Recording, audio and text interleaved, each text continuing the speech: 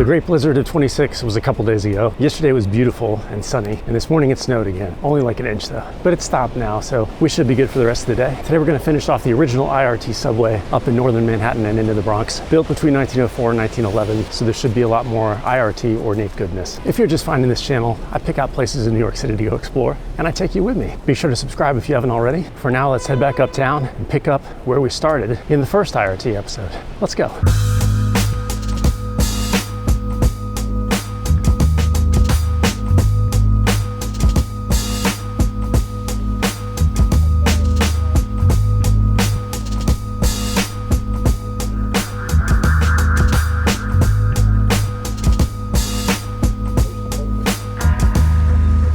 Off the bus, Broadway and 116th Street, Columbia University is right here. So we've walked through that campus in an episode. Check out that one if you haven't seen it. Good thing, because campus is closed now. But this is where we're going. There's a subway right there that a tour is coming out of right now. We'll wait for them to pass and then we'll head in.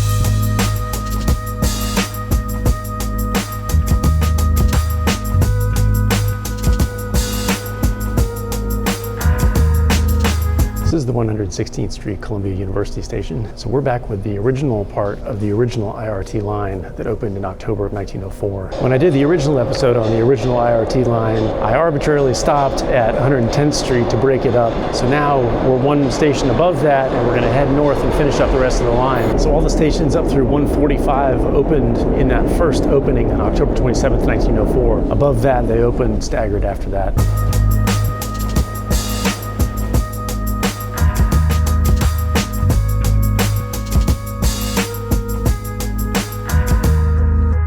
So the arrival of this station transformed Morningside Heights from a sleepy little area near University to a highly desired residential area. Like all the other original stations, they built it short first and then extended it later on. This station, along with a bunch of other stations on this line, are registered historic places.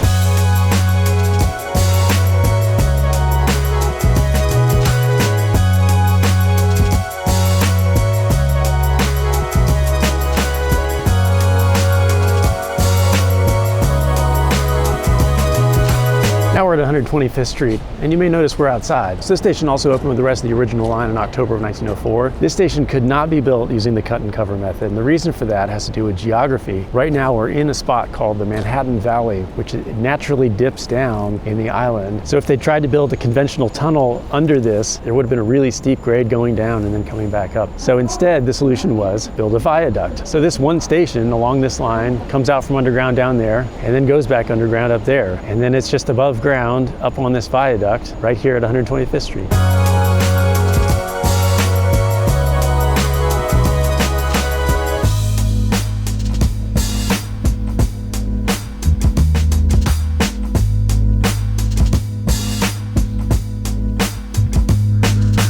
So right here, we're on this massive steel viaduct. This is a 2,000-foot structure that runs between 122nd Street and 135th Street. It features elegant arched trusses, which we'll see in a minute. And this was one of the largest engineering works of the original contract. So this whole viaduct is landmarked. Let's go out and look at it.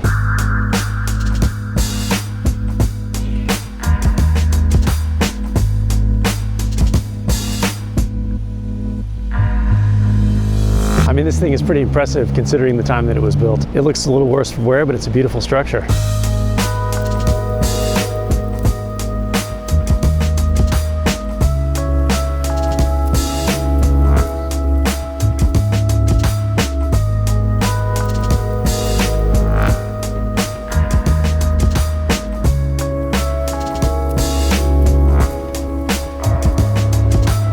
Now we're at 137 City College. This station has pretty clear signs of upgrades in fairly recent eras. Drop ceilings, it's kind of gross. We got two platforms. Again, still one of the original stations, opened in October 1904. So this station served the Hamilton Heights residential district and also the City College of New York. We did the City College of New York in an episode. Check that one out if you haven't seen it.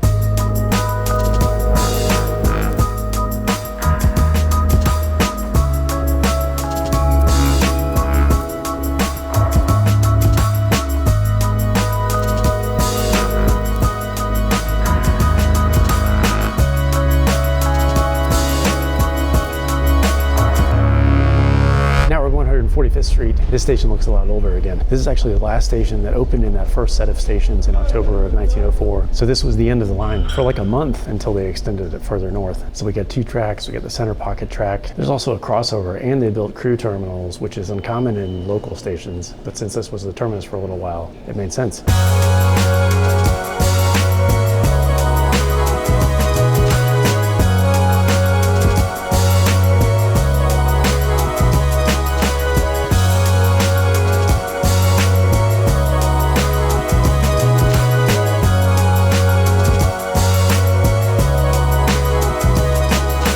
This is 157th Street. This was the first station that was extended after the original subway opened, and that extension was only a month later. So when this station opened, 145th Street quit being the terminal. This became the new terminal for a little while until they kept going north. So this station is located between the Manhattan Valley, which is where 125th Street was, and the steep rise at 181st Street, which we'll get to soon. And we're down to just 2 tracks at this station.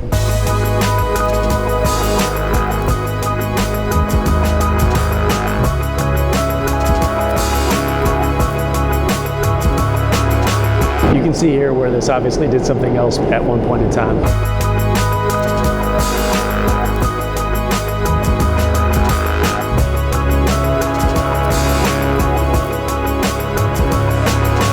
Same thing on this side. You can see where that corner kind of ends. They must have added this jut out right here. And here's the other end of that. You can clearly see where it dives in behind the wall. Subway archaeology.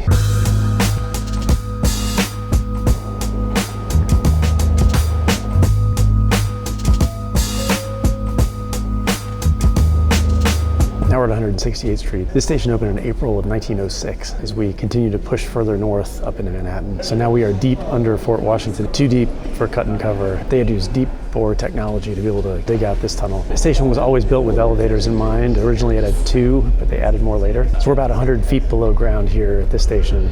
We're going to get deeper as we go. So there's a transfer at this station of the A and the C, the IND line. We did that line before. Check out that episode if you haven't seen it. But that didn't open until 1932. This one's been here, like I said, since 1906. This station's beautiful. Let's go have a look.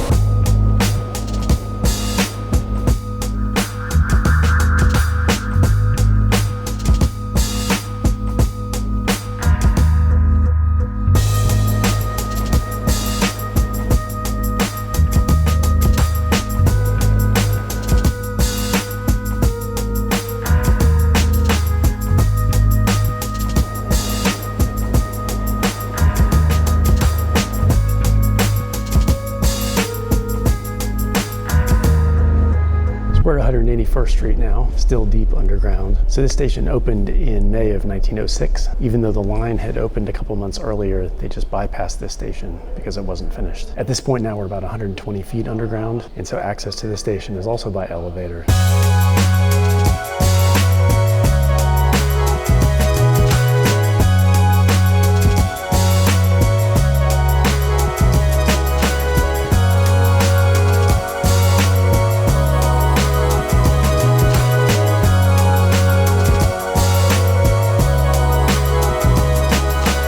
Now we're at 191st Street. This station opened January 14th, 1911, and it opened as an infill station along this first line. As in, they opened the rest of the line, didn't have a station here at first, but then realized that it would be helpful to have a station here as this neighborhood grew up. There were lots of challenges in building this station. Now we're at 180 feet below the surface. So this is a deep bore tunnel also, and they also drilled out another pedestrian tunnel. We'll go check that out in a second.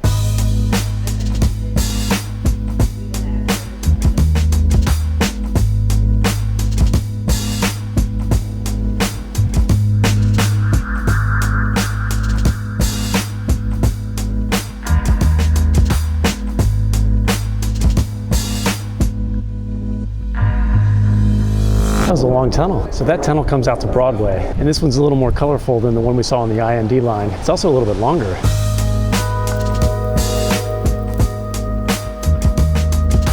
So even after they opened this tunnel, since it's all outside the fare control zone, people in the neighborhood use this tunnel to walk to the elevators, take the elevator up to the high point in the neighborhood. It's just another way to get around. And the subway embraced that early on.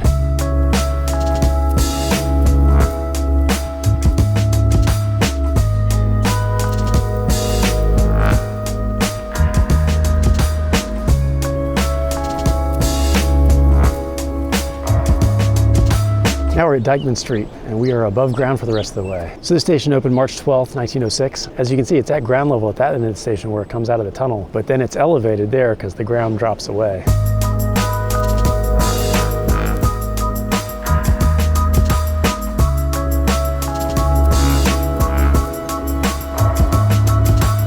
Part of Highbridge Park is right there. We've been there. You should check out that episode if you haven't seen it.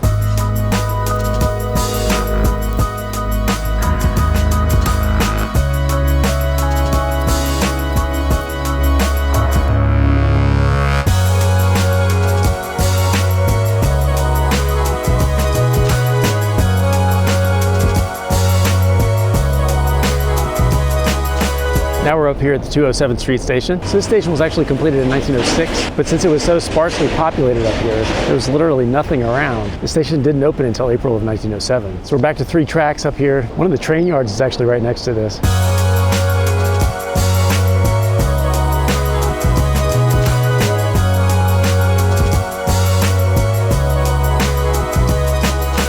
You can see the station houses. There's one sticking out on each side. There's an amazing picture in the New York Transit Archives. It shows this station house with like nothing here, just empty fields and a dirt road underneath it. It's crazy.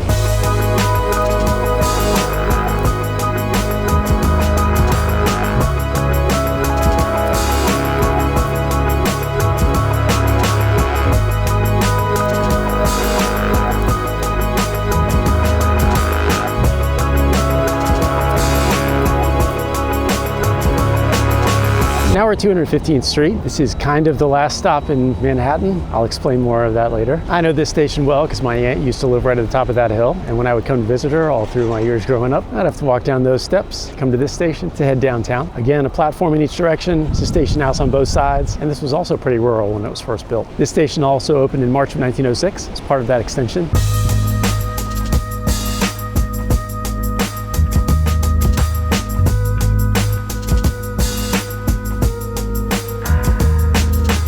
Man, that's beautiful.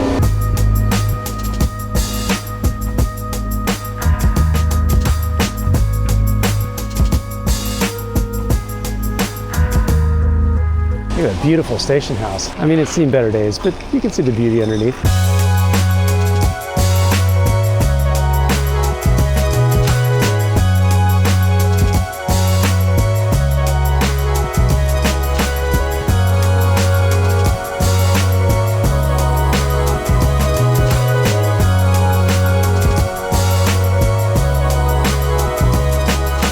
We're at 225th Street. We've crossed the river, but technically we are still in Manhattan. There's this tiny little piece of the Bronx called Marble Hill that used to be part of Manhattan, but then they rerouted the Harlem River, and so now it's part of the Bronx, but technically it's still part of Manhattan. There you go. This station opened January 1907, and it briefly served as the terminus until the 221st Street station was dismantled and moved up to 230th Street. You can see the bridge over the river is right there, so we are right next to the bridge.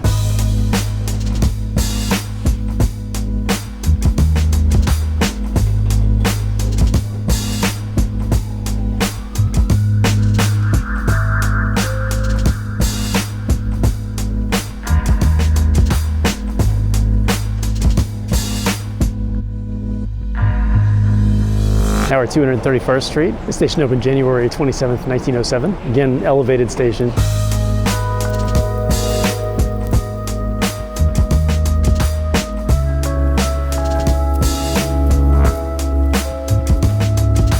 Now we're at 238th Street. It's the second to last stop here on this line now. This opened August 1st, 1908. This became the terminus for a little while until they built the terminal up at 242. These are getting a little bit quicker now because I'm running out of time. And all these elevated stations kind of look the same. I just look down the track, I can see the terminal where we're going next.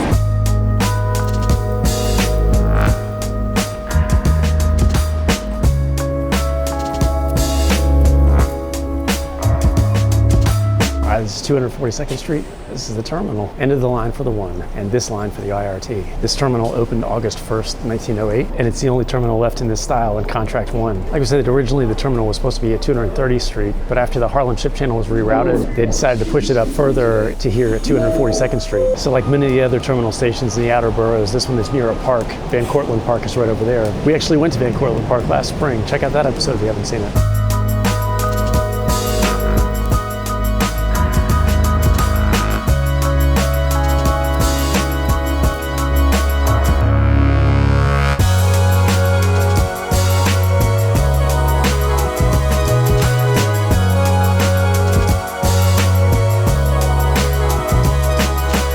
Van Cortlandt parks right over there. Hey look, bathrooms. All right, that's it for this line. I gotta start the journey back.